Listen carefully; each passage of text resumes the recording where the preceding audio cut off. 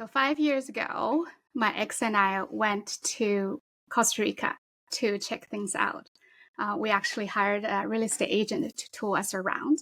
At the time, I had the vision in my mind that maybe in a couple of years we can work remotely. We both had good jobs, and then we had a small real estate business, which brings us some passive income. So it was my vision to be away from Canada maybe some time and to explore it. Shortly after that, I was pregnant with our second child. I said, wait, great, this is going on that path. Little did I know that that was not his vision. So COVID hit, and he told me that I don't want to be married with you anymore. So, and I came about this divorce journey, searching myself again. And so this past 4 to 5 years is me rediscovering myself and looking at my vision. But the realization is that how could I assume my vision of our family is also his vision? How could we not check in each other during our more than 10 years marriage and just assume that we go along with the plan? So that's why today we are here talking about leading our most important team, our family, with my coach Dave and his wife, Dr. Jen. And I really want to talk about how to cultivate the intimate long-term relationship with our partner. That's where Dave say, oh, then you have to bring Jen as well. So yeah, it's not a conversation that I should just be having. Yeah, it takes two to tango on that. There's two sides to that for sure. Yeah, absolutely. And when I got into coaching and knowing that I need to restart getting clear on my vision as a single mom with full custody with 2 kids in a corporate job and exploring a business, I knew I needed help from an amazing coach who knows cultivating excellence both on the intersection of personal and professional life. And that's why I reached out to Dave. So a little bit of background for those who you don't know, Dave is the author of Chief Family Officer and CEO of Threshold Leadership. And he is a business and family leadership coach. And a lot of people know and refer to him as the corporate therapist, which I thought, what a great way to summarize your role. And he's sought after for his expertise in strategy, communications, and managing high-stake relationships. And we also have Dr. Jen, and Dr. Jen is a naturopathic doctor. And that's a lot of people know her with a primary focus in pediatric health. She's also the founder and CEO of the Umbrella Project, a positive coping curriculum used internationally by thousands of parents, students, and educators. She's also an author of the book, The Umbrella Effect. So I actually attend, Dr. Jen, your webinar about ADHD because my son was going through the diagnosis, which was super helpful. A good reminder for me that there's nothing wrong with our kids, but how we approach him. So thank you so much for joining me. Thank you for having it. Yeah, this is exciting. What a treat. Awesome. We don't often get to do this, genocide, from you and I sharing our different perspectives, maybe over a glass with some friends. So when Lisa had suggested the idea of doing a podcast and get sincere interest rather, just around these topics, I thought it'd be really a wholesome conversation if you were here a part of it. So thanks for being game for that too, Jen. Well, I'm happy to be here, and I'm excited to talk about this topic because it's very near and dear to my heart for sure. And I feel like today is a 360-degree review for Dave, and to check if he is walking the talk here. And yes. It's so funny. Yeah, I told Dave, I know how to open the podcast, and then, life brings us. So we actually had a glitch of technology, and which firsthand I saw how you two interact in a timely situation. I was like, oh my God, how great we could see that. So in the book, you talked about a specific scene that jumped out for me is that Jen was on mat leave with William, and you were working, and you came home and saw the mess, to speak, and you were impatient. And then Jen, I think, put a sticker note and reminded you it's not what you look at matters, it's what you see. And that's 4 years ago, because I know William is almost the same age as a COVID baby too, similar as my daughter. And then I think about a month ago, we were on a coaching call at lunchtime. You said, "Oh, Lisa, I need to stop because Jen is passing by and she's waving at me and blowing kisses at me." And then you'd stepped away, turned off the camera, and then I don't know how long later you came back and you're like, "Oh, it's good." So I don't know what happened there because it was off. So I just want to ask you, tell us this journey, because I think a lot of people, when they have kids, they can relate, right? We have a one breadwinner, and there is some expectation of what our partner should be doing, taking care of the kids at home, and some impatience and frustration. To here today, 4 years later, and I can feel the love and energy even from off screen. So tell us about that journey. Jen, where do you want to start on that one? I mean, I think as you talk about a journey, I almost feel like I would respectfully want to reframe it as a practice, because I think it's something that we continue. We, at that point in time, were transitioning into a very different stage of our life where we were resetting our roles in the home and the way that we each contributed as a result of Will. Yet again, we're kind of resetting our roles now as we go into another really interesting transition. You know this firsthand, Lisa. We're moving to Spain in the fall, and we now are living with Jen's mom, my mother-in-law, Brenda, which is amazing and a great gift for the summer and a new environment, which just means that there is so much exposure to doing things go unnoticed and forms of to come to life, I think, in any relationship when you go through those types of transitions, because fundamentally the way you used to get appreciated or contribute is no longer perhaps the way that's required or needed, or maybe the circumstances where it can be recognized or you feel appreciated might change. So I think it really is a practice for us, but one that I think honey, we've done a really good job, I would say, always evaluating our experience together. And as we go through those transitionary periods, I think by evaluating them, not just from, did we get all the things done, but more like, what are we learning about you and me and us and our family through these moments? It allows us to continue to get better and better and kind of build some momentum in that direction. Wouldn't you agree, Jenny? Like you said, are we living 1 year repeated 10 times or 10 great years? And I think evaluating that experience is so important for us to continue. Yeah. And I think actually it's really interesting that you bring that up, because I think in that time, which I would say was probably the most difficult time of our marriage, as many difficult times are, it wasn't just having Will. There were a lot of things going on at that time. They were kind of piling up, just one challenge after another. And we weren't doing the check-in practices and the recentering with each other that we usually were doing. And it became a real relationship breaker for us, I think. Like, it was almost like not doing that practice that was so familiar to us is, I think, at the crux of why that time was so hard for us, is just we weren't checking back the way we needed to be.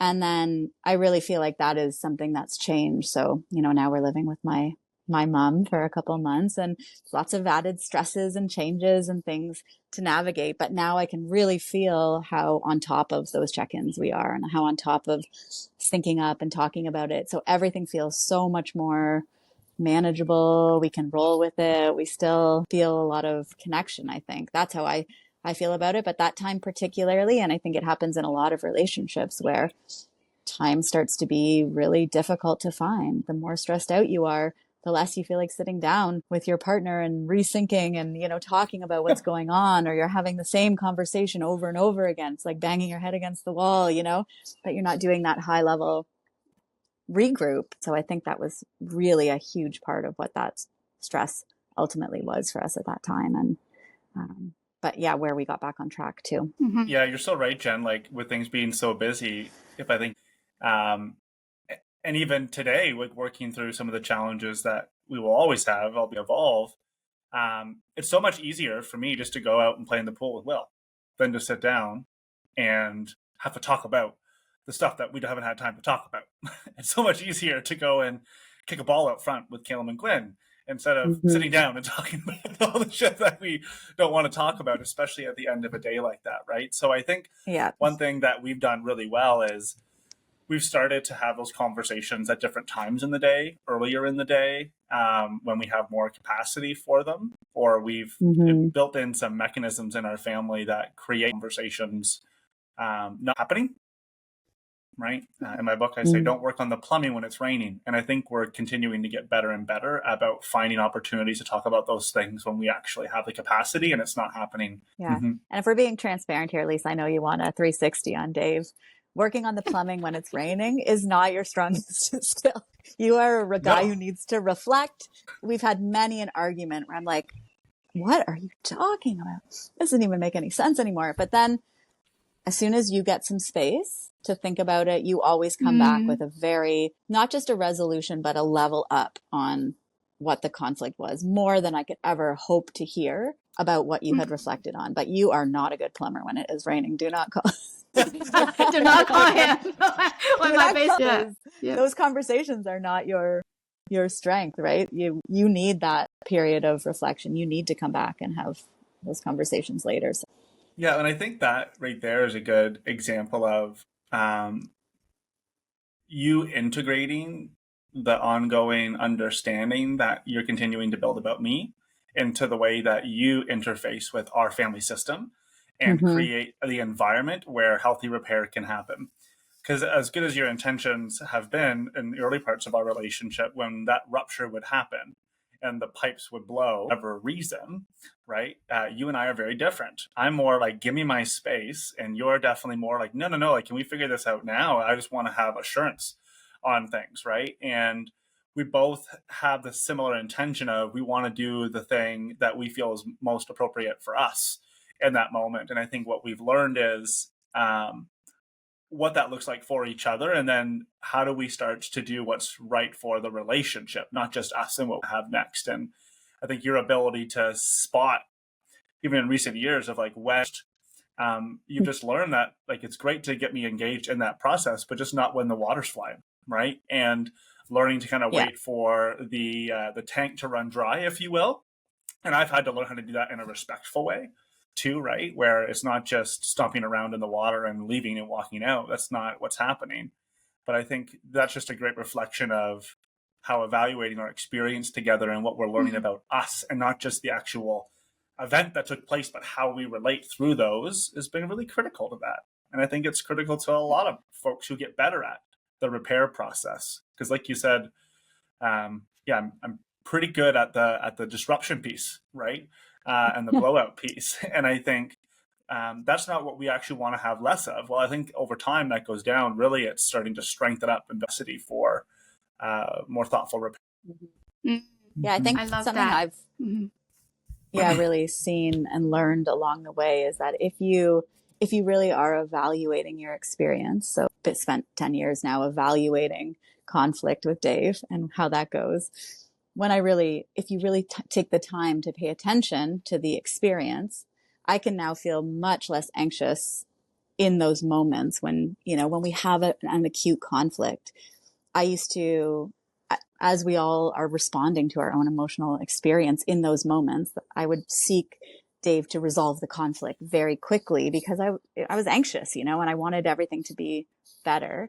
And now it's so much easier for me to walk away and go on with my day and not feel that same anxiety because I know and I trust Dave. I've evaluated long enough in him that he will come back and resolve the conflict, or he will take the time to think about it, right? And then come back with some wisdom or some thoughtfulness on his part. So I think that's another like big part of evaluating your experience too, is being able to reduce some of the stress that you live day to day with, or your pre-existing patterns from other people. I'm sure you can probably speak to some of the patterns you have now in relationship because of, the experience with your ex. It's so easy to just drag those along to the next instead of really carry evaluating your luggage into the new relationship. Instead of taking the time to be thoughtful about the new experience you're having with somebody different and build the trust. So.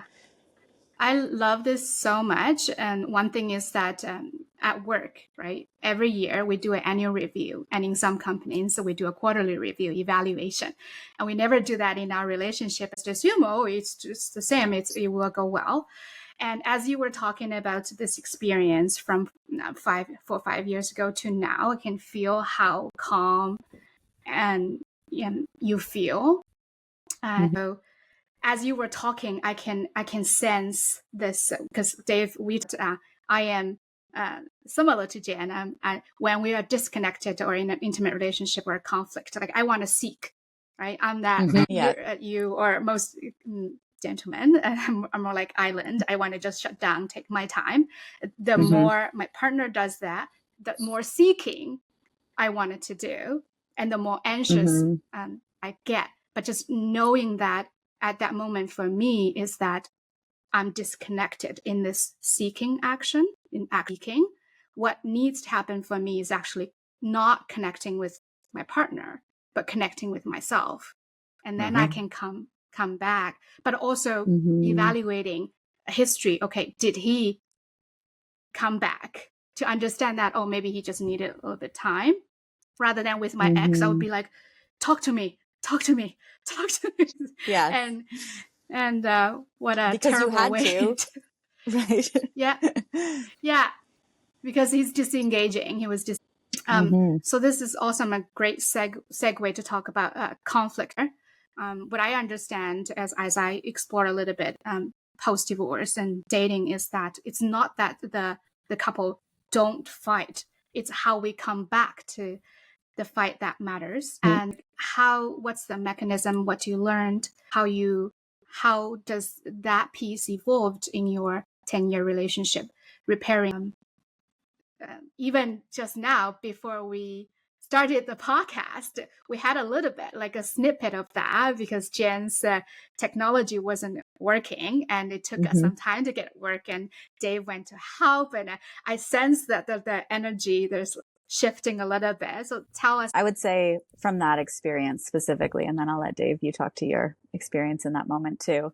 The biggest shift in me over the last 10 years or so is not feeling like I need to fix Dave's irritability with me, that my technology is not working. Like, it's no secret.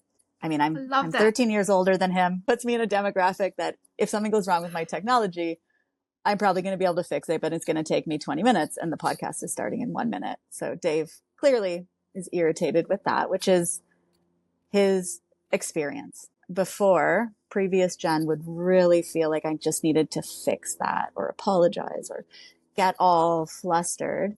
Current Jen just feels like, okay, you're irritable. We can just move through that. We don't need to, there's not much I can fix there, nor do I need to, nor is it a real problem that you're irritated with me. It's fine, But I think that comes from the amount of time that Dave and I spend reconnecting with each other, the amount of time we spend having family meetings where we just sit down and openly talk about like, hey, what's working for you? How are you feeling overall?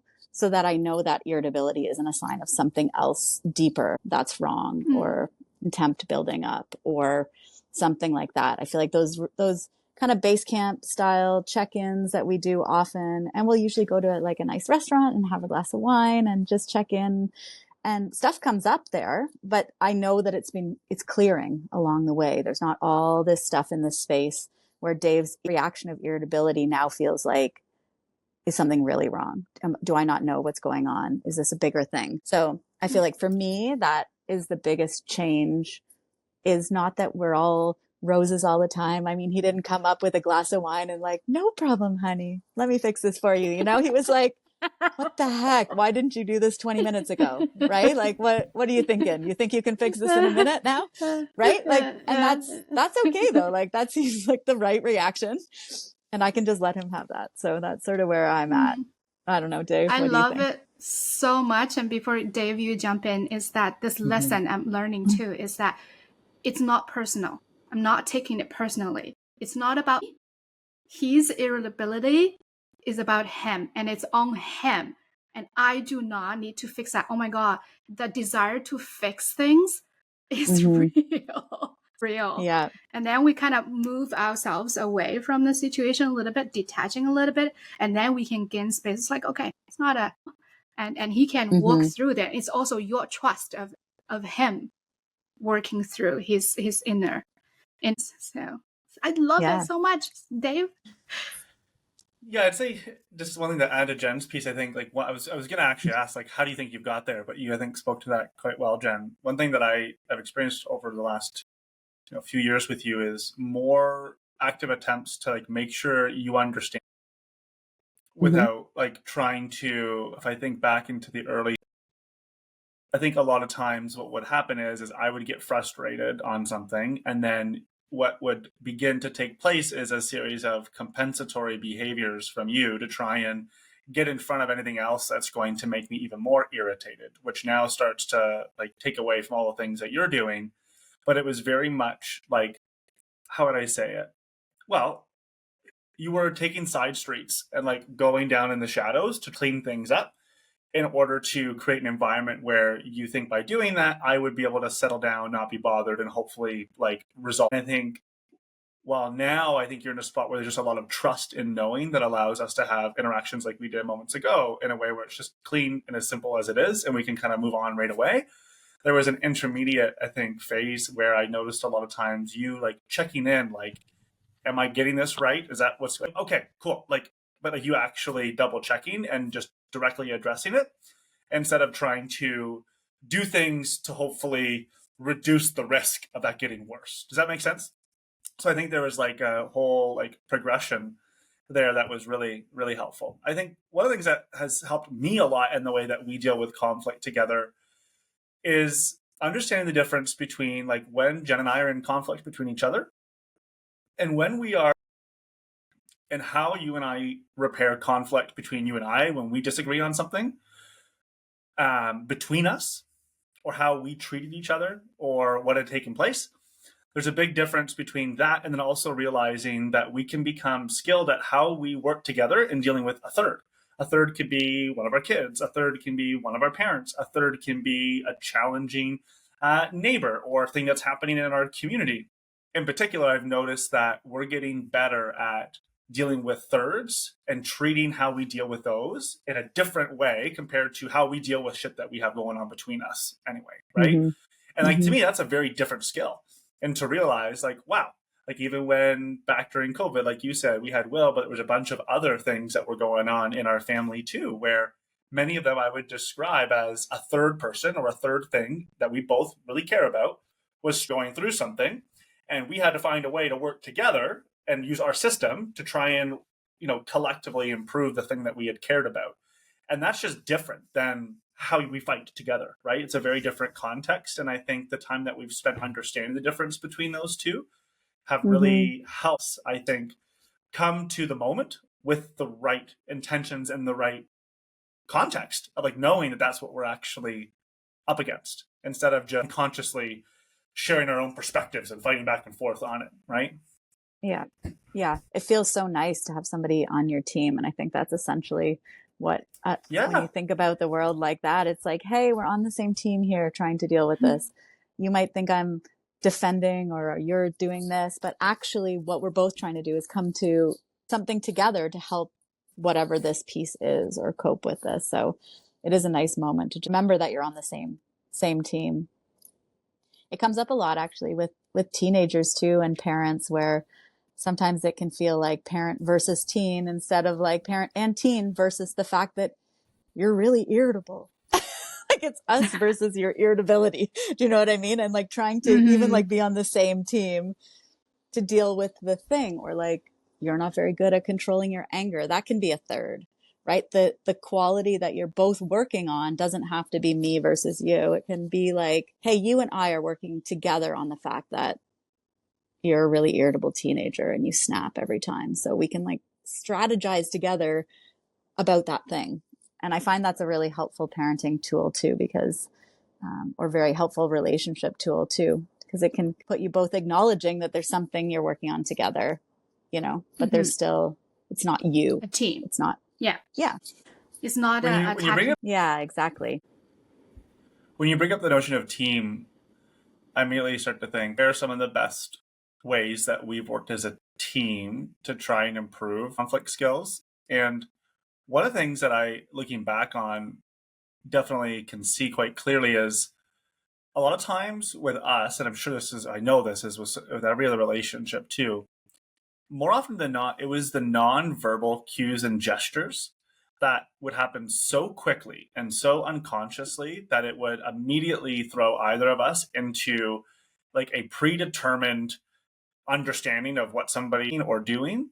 And we have worked really well together as a team, I think, to help understand by looking back at those experiences, like what is the thing that I do that immediately sets you off like that? And realizing through that, like for me, I know when I say things like absolutes, like always or never, it's one of those things that I've learned you're very sensitive to.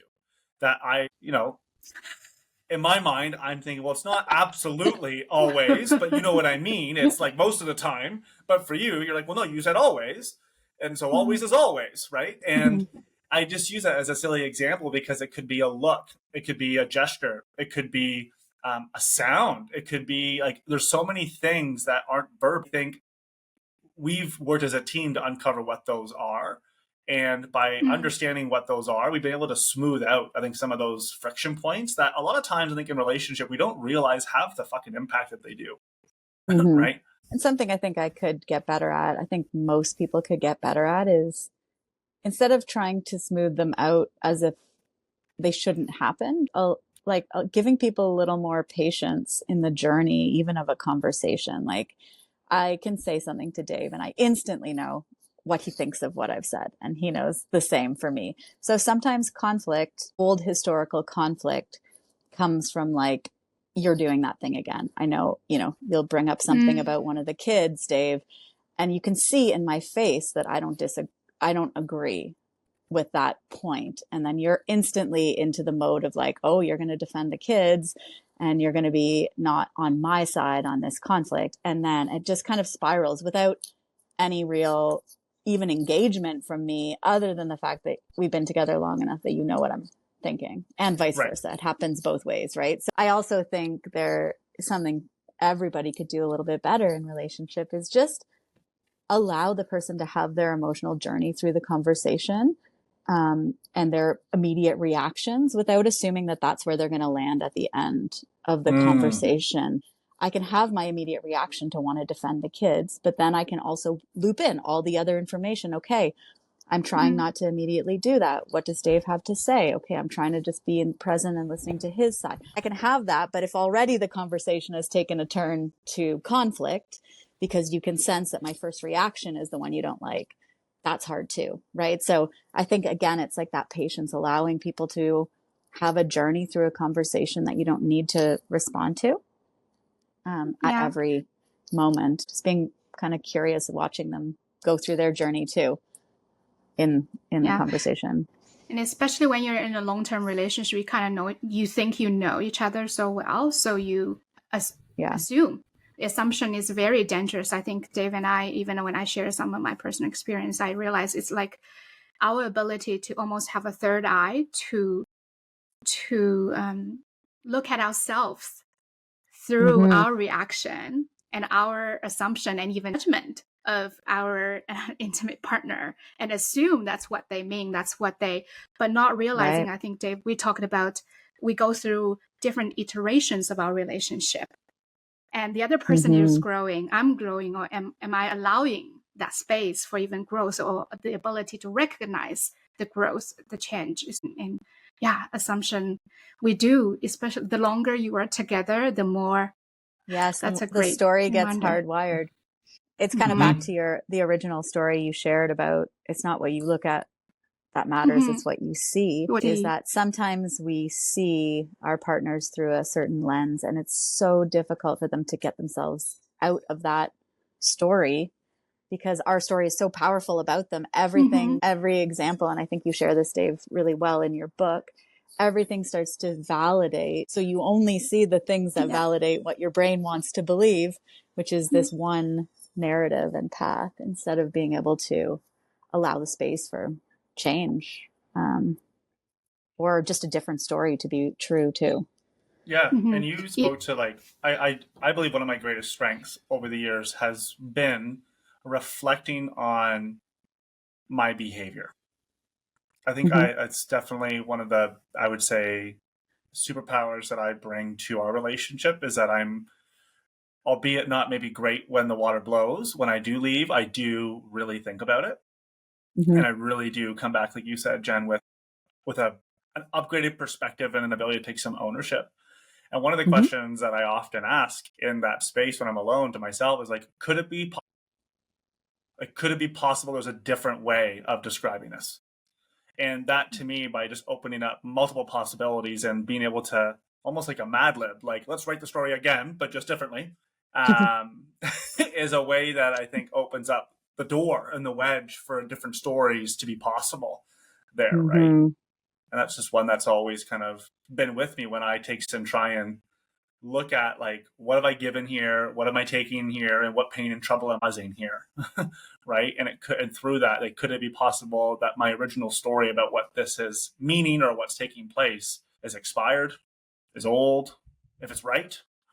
But just inviting the possibility, I think, is an important piece, like you said, Jen, to those stories. Because at the end of the day, like, I think part of being in partnership is to create the conditions where a partner can do whatever they want to do as far as becoming who they want to become, right? And, like, leading into that. And I think what you're highlighting really well, Jen, is sometimes while our intentions are there, when we get under stress, we can be really good as partners of keeping our, partners where they were, instead of helping them get to where they want to, right? Yeah. I think a big part of that, and I feel like divorce is a really great example of this. Often, sometimes our stories are protecting. They're, like, wrapped around something painful that we don't want to let go of, right? So many people's story about their divorce is often like, my partner's a horrible person. They did all these things to me.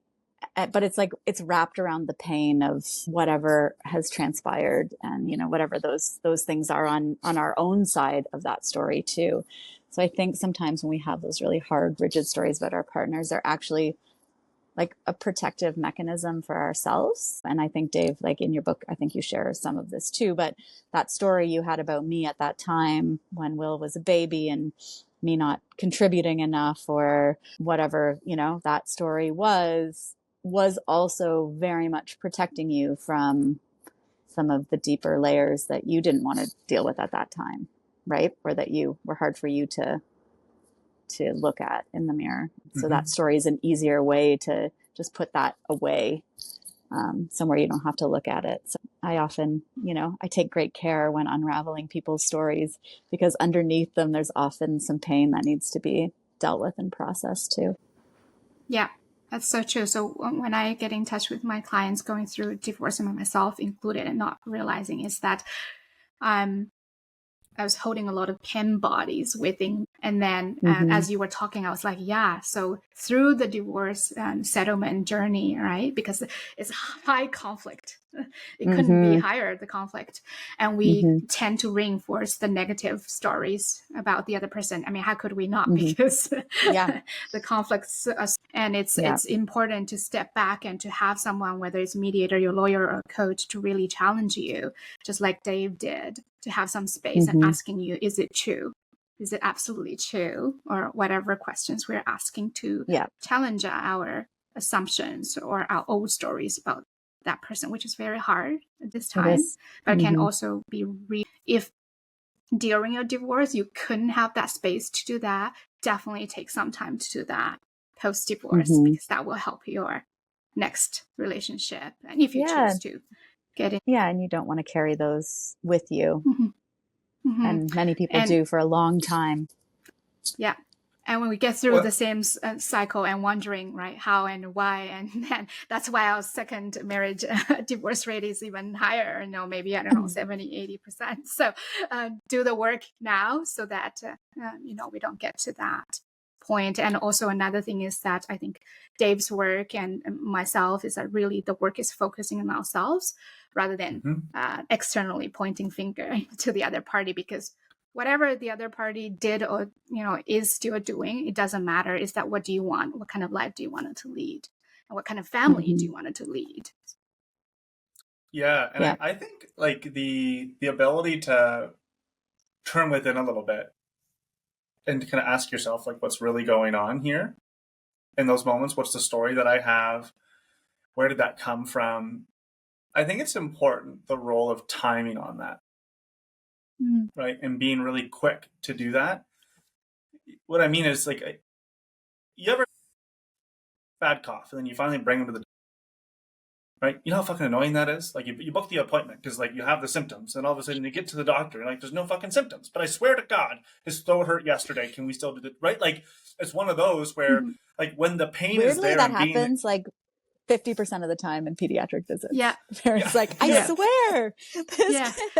They get sick on a Saturday when the doctors are off, right? Yeah. And then Monday you got the perfect fine. Can you give me that anti-pink juice, antibiotics? No, you don't need it. Prescribe it because tomorrow it's going to be back once we leave this office. But anyway, sorry, I know it's an allergy, Dave, but I just wanted to like validate that is a very real thing that happens in pediatric visits. It is the bane of many parents all the time. My gosh, yeah. And I think the bane of why it's so frustrating is because, like, the symptom is no longer presenting itself, which is making it more or less hearsay, and it becomes more difficult to have a objective, very clear and like present moment understanding of what's going on. And the types of things in the way that we behave, the way that I behave when I'm under stress, and my story, be it a true or more often than not a false one kind of coming through that I'm projection, it's really difficult to evaluate that thoughtfully and to really be honest around, like, what am I actually feeling about you right now? Where, like, and like, how do I actually feel about you? What actually happened? Like, there's a window where the wire is live. Like, now is the time to actually look at that. And I often say, use pain as a tool. Don't wait for the pain to go away. Like, don't wait to go see the doctor when you're not in anymore. Some of my favorite things to receive are like the Wednesday night phone calls at 7 p.m.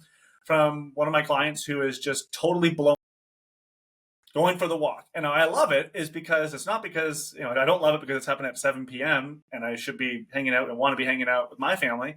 I love it because real time. It's like the symptom is right there. We can examine it right in that moment. And I just see that one's ability to really connect with it, to understand it, is so much deeper when it is live, real happening. And we have the courage to, if not ask our partner, ask somebody else, be it a best friend, be it a coach, be it a trusted partner in your life, to say, like, can you sit with me and talk about this with me right now? Right? As it's actually happening. I think that's such an important piece. Timing. It's everything. I think it's also relevant. And I've been working through some really internal turmoil in the past week. And I've been checking in with Dave, keeping him updated, but also just even allowing myself to sit in it. And so discomfortable, and lots of tears and reflection and frustration. Like, why can't I pull myself out of it? And just really allowing that timing to come, and also reaching out to some trusted. So I just want to add this quote here in your book, in this part about conflict. I think we talked a lot about intention, self-awareness, and you said change comes from choice, and choice comes from conflicts. I think that really tie up well with what we've been talking. And I love that. It's a choice that we can make.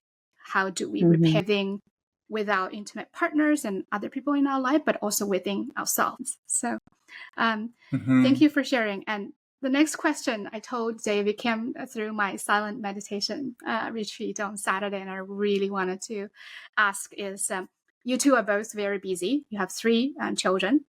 And Jen is a doctor. She also has her business. And Dave, you too, you're doing different ventures. So how do we balance our identity of self and our identity of this in this intimate partnership or this family? So there are different aspects of it, right? We're independent humans because you both have your identity, and then we're also dependent. Like there is Dave is going to show up. Or we're also interdependent. To do things together with the kids or something else. So in your life, in your relationship, how do you balance all of these pieces of being yourself and your role in the family between being independent, dependent, and sorry, Dave, do you mind if I jump in first here? Or? Fire away. You look like you're taking a breath to speak. No, just surviving. Just breathing. Just breathing. Okay, good. Good news. This lengthy question from Lisa, just breathing through it. No, yeah. I think mine is a very not a lengthy answer to this. And this has definitely been an evolution over the last little while for me, is that I think we have a false sense of identity as if it's this stable thing. I am like this. I am like this. This is who I am in relationship. And really, in reality, it's changing all the time, day to day, moment to moment. And there needs to be room for identity to change, right? So when I am struggling the most with all the pieces in my life, what I try to do is to get more in the moment with whatever it is that I'm doing at that time. So if I'm with Dave, I try to really just be there in that moment in my identity as like a connected person to him. Or if I'm playing tennis and I'm anxious and I'm thinking about some conflict I had earlier with the teenagers or something, I'm just like, right now, I'm just a tennis player. I'm just somebody who likes to learn tennis. And I try to go back to that moment to moment identity versus this much bigger picture of identity that can feel very complex, especially when things are busy. When things aren't very busy and there's a lot of time for reflection, it feels different. But when life is really busy and there's a lot of moving pieces, I try to get more into the moment is how I balance the different pieces of my identity. Like when I'm changing hats now and I need to let that piece go and now be in this piece. Love it. Yeah. That's really interesting, Jen, especially a personal level, how you did that. I was thinking about the question a bit differently, more at how do we continue to support one another to have the capacity to pursue our individual vocations and interests, be them business or otherwise, and also fulfill our commitments to our children and to ourselves at a level that we're proud of and that we truthfully expect of. To me, I think, and for us, I'm sure the answers to this would change and does always change over time. But, in my book, I talk about what does winning mean? And fundamentally, it's what is really important to us? What do we believe in? And I think that's something in a relationship that can very easily be implied that we get it. You kind of highlighted this, Lisa, with your story right at the beginning of our time together with your partner and living abroad and wanting to have a different lifestyle, right? It's easy, especially when we have the honeymoon phase of a relationship where we're courting one another and we're dreaming and we're sharing those types of things, to think that just continues and is going to remain steadfast throughout a relationship, right? But context is always changing. And so I would say that one foundational piece that we've agreed on very explicitly from the time that we got together was that our own sovereignty as individuals really, right? And being able to fundamentally believe that something that we're committed to is making sure that each of us are supported to go and pursue the things that are calling us. And even right now, I would say that I'm more in a phase of my life where I am maybe disproportionately in more of an exploration mode than Jen is right now in areas. But we know that's something we both believe in and support each other in, right? Just like other kind of values, if you will, that are kind of household values for how we think about or make decisions on those types of things. And I think that's important because when it comes down to, I think back to June, this last month that just passed away, I was gone for probably 15 days there on work. Yeah. At the beginning of that, I also was away for an additional 7 days on a retreat, which has nothing to do. I'm not money when I'm gone. I can make the argument that I'm going to be, more calm and a better parent and a better partner when I come home from retreat. But truthfully, I'm doing this to explore my own interest and spirit and what that looks like for me. And it's something that's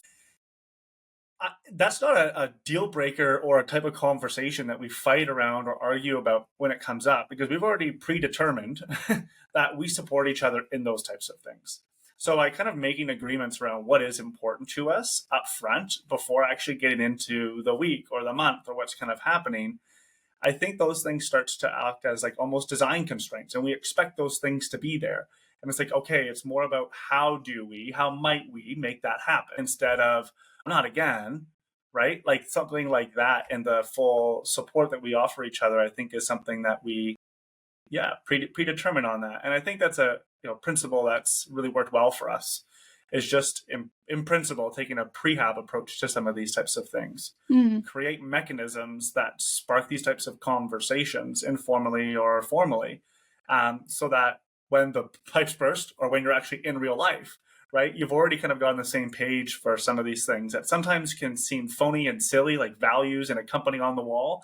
They're very different when your family values and the big things that you've agreed on really matter to how you want to live your life together, right? So I'd say that's how we also make it work a little bit at a family level, is just always talking about what those things are now, and especially when we go through transitions, like even this summer here at Nana's in Spain. Or have they changed? Those are really the question I usually ask myself that really comes down to is like, am I helping Dave live his best life? As a partner, that I think is the quality that we're both committed to, is not changing Dave to live our best life, but like, am I helping Dave live his best life in the definition of that for him? And likewise, is he doing the same for me? And I personally, the hardest part for that for me is that I'm not as good at asking for my own things. Dave is very good at being like, I want to go to this retreat. This is important to me. And then I'm going to be traveling for work, and you can make that work. Right. I'm less good at being like, now I want to do this, and now I want to do this. And can you cover me on all these things? So one of the things that I've started doing, I heard a great speaker talking about manifesting the life that you want. And one of the components that he talked about was imagining that like giving and receiving is a guitar string, and it needs to be perfectly in tune in order to be able to manifest what you want. And you need to be constantly thinking about pulling that guitar string into perfect tunes. Most mornings I'll do a meditation where I really check in with myself. Am I giving? Am I receiving? Is that string actually in tune, or am I taking a lot more than I'm giving? Or do I feel like I'm giving a lot more than I'm taking, because those pieces need to align? So that's been a simple way for me to just make sure that I'm asking for myself and giving in a way that is like in tune in our relationship. Otherwise, those are the easy spots for resentment to start to build, or you start to feel like I'm doing everything, you're off doing your own life. That has to be in balance. And so that's been super helpful for me too, just like a simple daily check-in point to really think about how I'm giving and receiving, and whether that feels like it's tuned. I love that, Jen. And I like how it kind of illustrates the giving and taking, the two sides of that coin of, am I helping Dave live his best life? And am I helping myself live mine? Right. And where do we feel on that? There's a big difference between a good giver and a doormat giver. Right. And I think, especially in a context of a family, when you have kids watching these, we could talk about what we want to leave our kids, like in a will or in a trust and all those types of things. But I think what you and I are definitely on the same page around is, what type of kids do we want to leave? Right. And I want to leave kids who are really good givers and who are also able to create the conditions for themselves to be able to live a life that brings them into an experience of themselves that is contagious for others and is positive for others and allows them to be an example of what's possible, that makes a positive impact in wherever they're living just because of who they are, right? And that's if we're not taking for ourselves and we're just over giving. And for some people, it's the opposite. They're taking way too much and not giving at all. I just love those two questions like you highlighted there, Jen. Am I helping Dave live his best life? And am I helping myself? Right? Yeah. I think, Lisa, that really interestingly comes back to your point about turning in and like the things that you can do for yourself versus externalizing everything. There was a time when I could easily have externalized that onto Dave, right? Like, I'm helping you live your best life. Look at all the things I'm doing for you. How are you helping me? Do something different, Dave. But truthfully, I've never, ever found that to be an effective strategy, even though I've tried it many times. Always what's been the most effective is when I actually tune into my own power and my own choice. So the experience that Dave and I had when we had Will and we were in a lot of conflict, like near divorce level of conflict, one of the thing that changed the trajectory of our relationship was a moment that I had when I was like 18 months postpartum, constantly trying to convince Dave and show him how he was treating me and how he wasn't seeing what I was doing. And like, I felt like we were both just constantly, you're doing it like this. Can't you see, change what you're doing? Eventually, one day I just said, you know what? I don't want to be this person anymore. I'm done with this person. I'm done with this stage of life. I'm not going to change our relationship by convincing Dave to do something different so that I feel like more attracted to him or whatever. I'm only going to change myself. And who do I want to be? I want to be a person who is growing in my business. I want to be a person who is enthusiastic and happy. I want to be a person who loves sex again. And I'm just going to be those things. And I started like literally one day, I was like, nope, okay, I'm just that person now. I'm not going to be this person anymore. I just made a choice. And after a week, Dave was like, well, this is really nice, but this isn't going to last. And I was like, no, you don't know, because I tapped into the power that I had to be who I want to be. And then Dave just responded in kind and he changed. Within a month, we were like two different people. It was the craziest transition I've ever experienced, or understanding of what it means to be in your own personal power and stop saying like, well, I don't really want to have sex because I don't like how you're treating me. You're too angry. Like that's not attractive. So we're just going to carry on as we were, just being like, nope, that's it. Different person now. Here we go. And wouldn't you say, Dave, that was like, it was very interesting to watch what power that has to affect somebody around you. You change your energy and the people around you have to respond differently. They can't stay the way they were because it's not the same interaction anymore.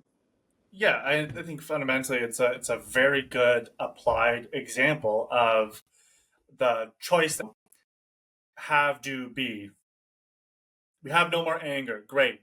Yeah. So then we can do these things and we can have sex more frequently. And then we can be in this type of relationship, or I can be this type of person.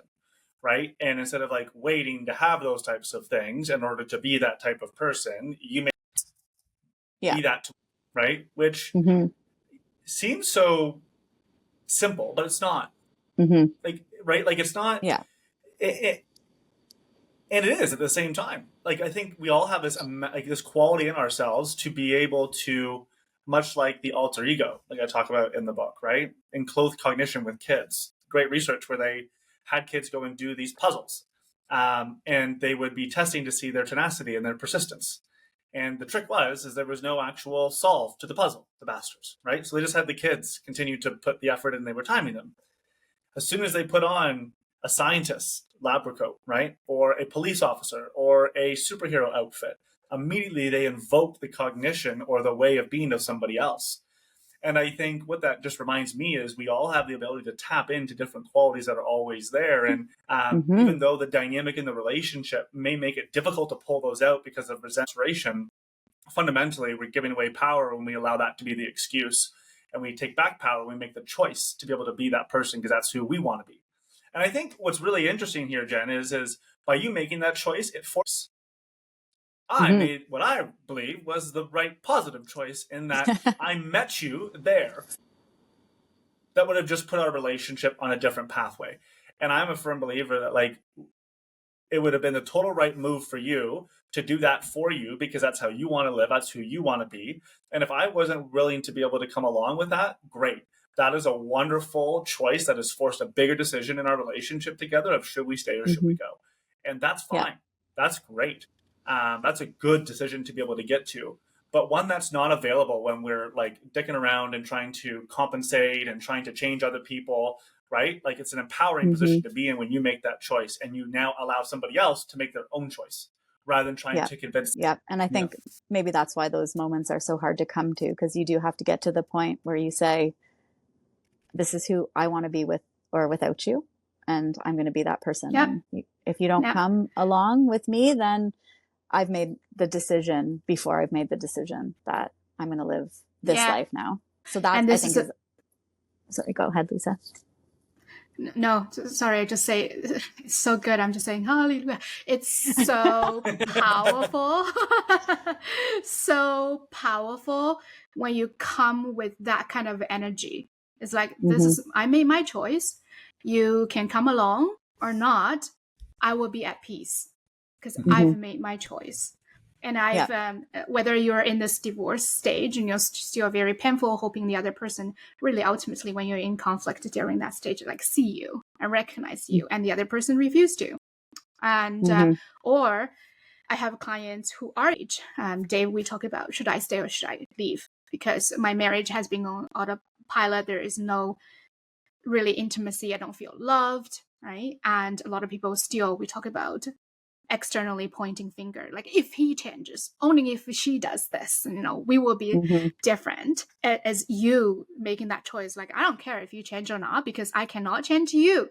I've realized that the only person that can change is myself. And that's really powerful. And no matter what happens, and you know that you will be fine. I do want to ask this question because it seems like you just made that decision. It's like, bang, it happened. And I can totally understand how that energy shift influence Dave to really, Dave, now you have a choice. First, he has questions like, is this last? Second, he said, and then when he realized this is real, he has decided to meet you. So for a lot of people, they're in that stage. They know it's not working. They want to change. They want to make that shift, but they don't know how. And how did it sounds like it's like, bam, Jen is going to change, and Jen changed. So what advice do you give people in that kind of still not sure stage, but there is an inkling voice that they know is not working? Yeah. I think sometimes this is more maybe on the female side, but I'm sure men experience this too. Sometimes part of it is stepping back and thinking about, who do I want to be if this relationship doesn't work out? Who am I? Like, what are the qualities? If I could start fresh, what would I do and what would I not do? Would I have allowed, do I want to be in another relationship where I'm constantly asking if everything's okay? Or would that just be no, like I'm done with that? Would I be a person who, right? And then imagining what that person is, that person from your like best power and best self. I think that is part of the first step, is just imagining, if this relationship does not continue, who do I want to be going forward? Who am I? What pieces of me are lost? Where is my power? And then actioning those things every day. That it's about action before thinking too, I think. So it's like, what would that person do? Right now, I don't even know what to do because I'm lost in this relationship and I'm constantly consumed on this side. But what would that person do? They would go into their husband's office at noon and see if they want to have a quickie or something, right? Like, what are the action steps? That person that you envision yourself to be in your strongest self, what would they do, right? Yeah. They would probably ignore the fact that their husband's upset and go and play tennis because they want to, and because that person would make their own choices and they wouldn't be dictated constantly thinking, what does he want me to do? What won't upset him? Or I think those things, and then you just have to do them, like start to action them before you even feel them to be real in your body. Action precedes thinking. What I think what's interesting is like the example of I'm just going to go to tennis instead of sitting here trying to convince my partner to, to give up on this or to change their perspective. I'm just going to go and do me. That's a great example of like, it's pretty clear to go and do it, but most people still wouldn't. And I think at the core of that is this worry that like, what do you worry would happen if you went to go and play tennis? And I think that's an important piece to kind of get to is like, what am I projecting out, right? Like, for example, maybe you're worried that the argument is just going to get worse if you just leave. Mm-hmm. And it's going to take a lot longer. Okay, so if you're worried about that, what that means is that you're committed to being somebody who can repair conflict quickly or doesn't have much conflict at all. The bigger assumption here is if you go and take space for yourself, that it's going to make conflicts worse. Well, that's a pretty big assumption. So to your point of going to do it, go and play. Mm-hmm. Go and actually place a small bet. So I think sometimes there's this, like, it's important to frame that doing piece as like, it's an experiment. I already know what's going to happen if I stay. I know what's going to happen if I stay. Mm-hmm. Been in that movie before. And I think that's where a lot of people have an opportunity to actually experience something different is by not making it as a choice of from now on, I'm always going to go and play tennis and I'm just leaving any argument that we have here. It's no, what am I? I'm going to go and do it anyway and see if it comes true. Because over time, I think what starts to happen is that grip starts to loosen itself up a little bit. And we start to, after going to tennis once or twice, we realize, oh, wow, my worst case scenario didn't actually come to fruition. Actually, when I gave Dave space, it was really great. As soon as I came home, I got a great workout in.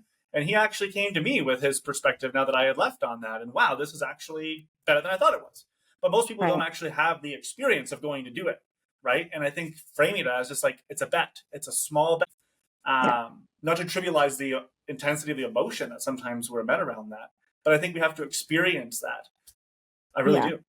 And to add to that, sometimes you get exactly what you expected.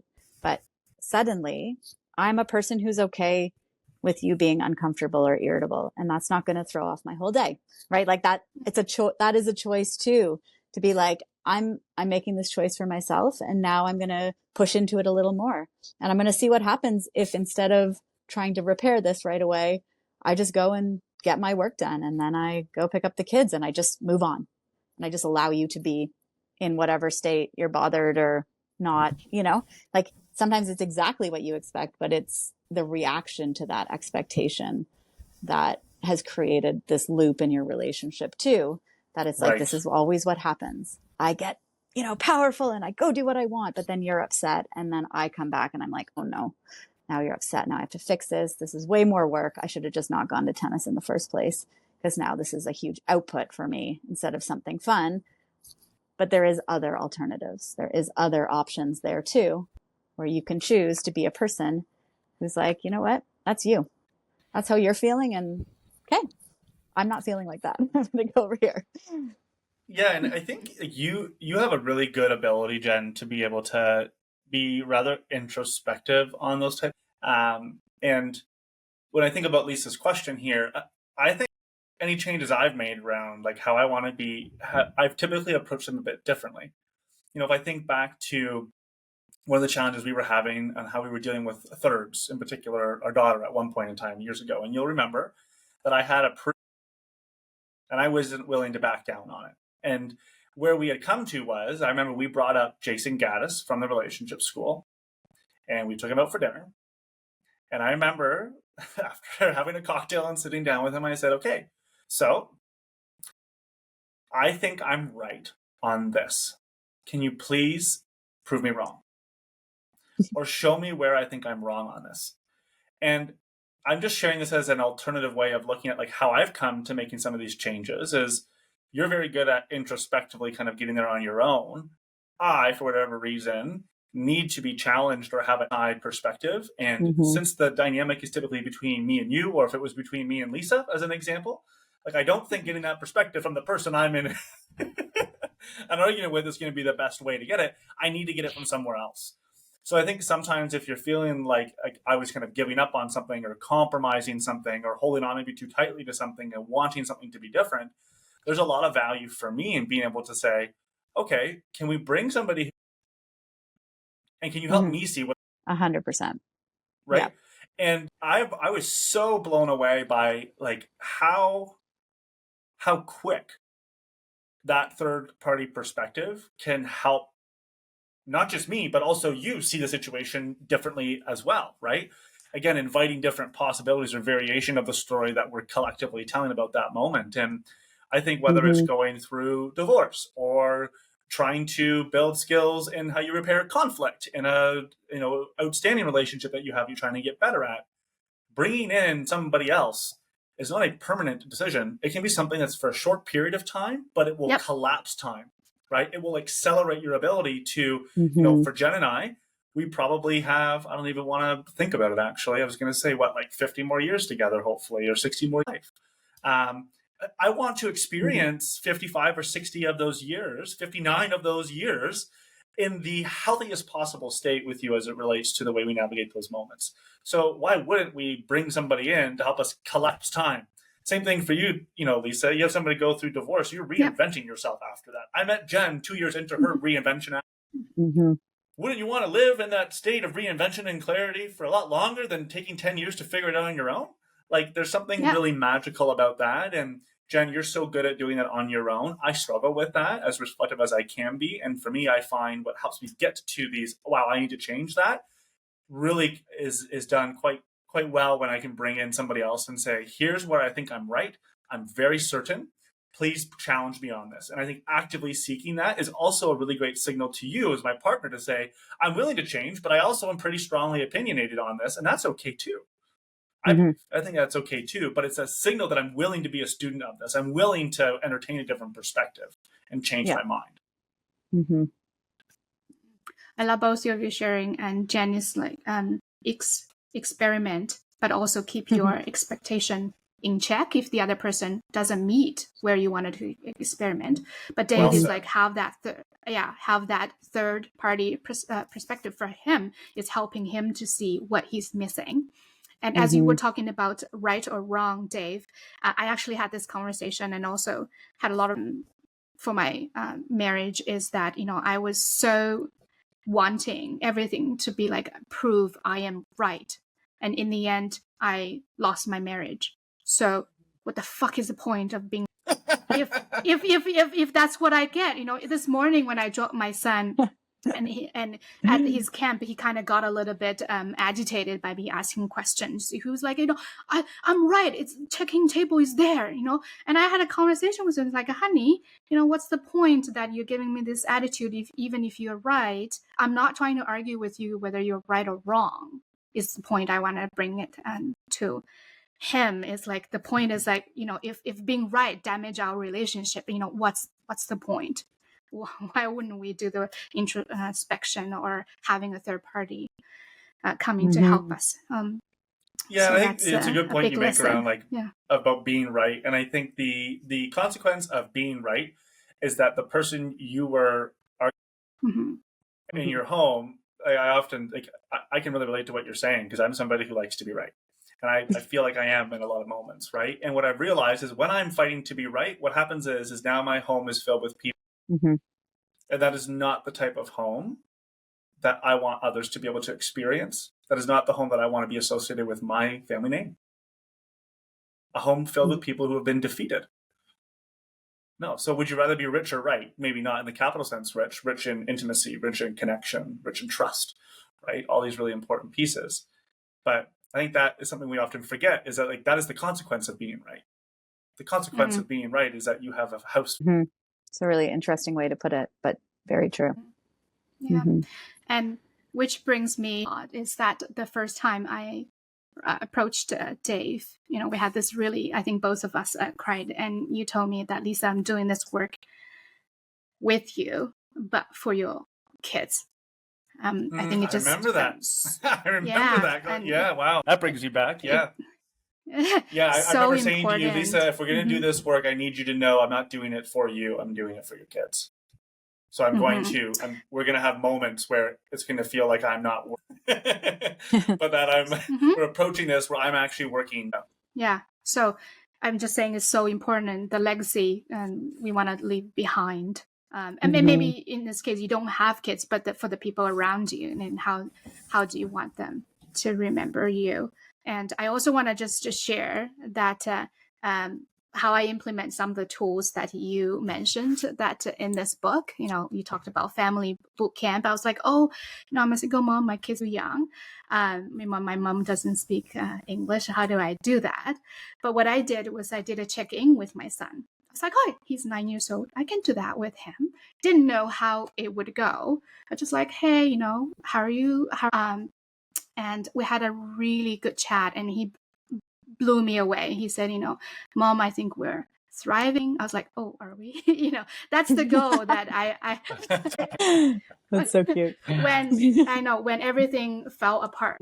So it was very sudden that my ex said I don't want it, and then shortly after my daughter, he decided to disconnect fully with the kids as well. It's obviously a big trauma. So one thing that even though I was pregnant, I was just a mess. That once I got some strength, then I told my son, at the time was 5 or 6, I said, hey, we're not only gonna survive this, we're going to thrive. And you never know what message sticks, right? And this is Right. 4 years later, he said, we're thriving and I'm really enjoying life. And it's so funny. This is what he surprised said. Oh, great. We had a great chat. And he checked in with me. It's like, hey, how are you doing? I was telling him about the things I'm doing. Like, usually I wouldn't tell him. He was like, ooh. and in the end, this is the surprising part. I said, hey, Oliver, I like to do this check-in with you often, like weekly if possible. And he said, well, I think that's too frequent. Let's do it every 2 weeks. I'm sharing this is just like once you start to doing this, whatever Dave is in you, please, you can grab this book anywhere to your family officers, that you'll be surprised to, like Jen said, how the other people in your life can meet you in your family.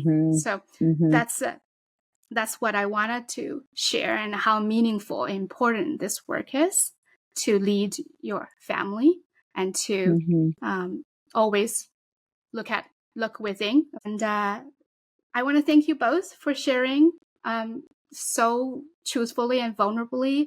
And before we wrap up, and in something that we didn't cover, you really want to send the message to people who are maybe struggling in their intimate relationship, whether it's a long-term relationship or a marriage, or maybe they're in the process of divorce. Jen, anything? Well, I just wanted to say one of the nicest compliments I ever got about parenting was, I remember a preschool teacher once said to me, it really seems like your daughter is a participating member of your family. And so I just want to give that compliment to you, Lisa. It really seems like your son is a participating member of your family with a voice and an opinion that he feels comfortable sharing. Like that is a high compliment to you as a parent. From the couple perspective, I feel like we've shared so much. But Dave, do you have something that jumps to mind? I immediately feel called to start exactly what you did with Lisa. I think one of the really great things that I've had a chance, Lisa, to witness in you over having known you is, you model really good student behavior.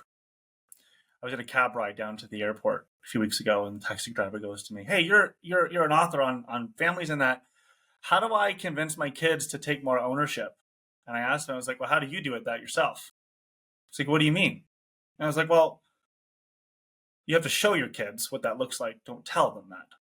Right. And I think you're a great example of opening up, being honest with your kids. Right. And I think more and more when it comes to these types of topics, and especially since we're talking about like the internal arts of families here, like this is not a science. This is not something that is a simple little math equation. It's very complex in human stuff. And what really required in that space is somebody who models by example and models really good student behavior. And I just see that so much in you. So thank you. And I think that's what I would encourage anybody listening to really just remind themselves about, is like, am I modeling the things I'm asking my kids to do, or I'm asking my partner to do? And making sure that's there. And lastly, I would say is just like, there's always going to be junctures in the journey of a family where you don't know what to do next. Those are always going to be there. And something that has never failed me in those moments is just asking, what would love do now? That to me is a question that always postures me, I think, correctly, or resets me in those moments when things are difficult. And so that would be a closing comment for me, is just like, wherever you are in your journey as you're listening, is just asking that very sincerely, what would love do now? What would the next right thing be if love were to answer that question? And I think that's a really great place to set as a foundation of which we can always go back to when things seem unclear, and where we're going next. I thought of what I want to share just to wrap up too, kind of adding on to that, Dave.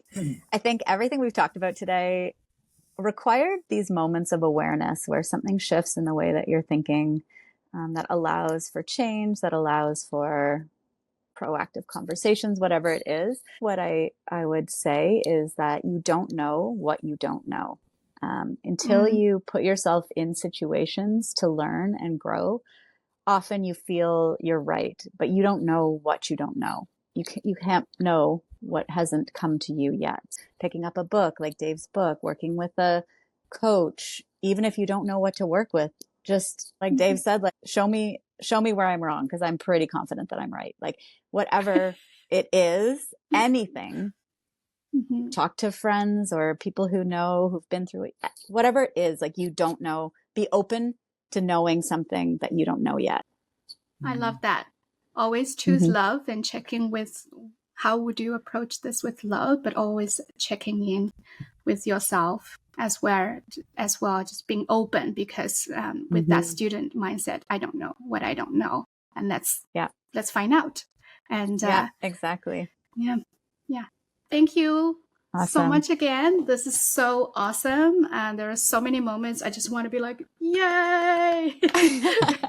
So many golden nuggets. And I was like, oh, my clients need to hear this. And whoever is in a rough spot in their relationship need to hear this. Thank you again so much. And you can pick up Dave's book, The Chief Family Officer, anywhere in the bookstore or online.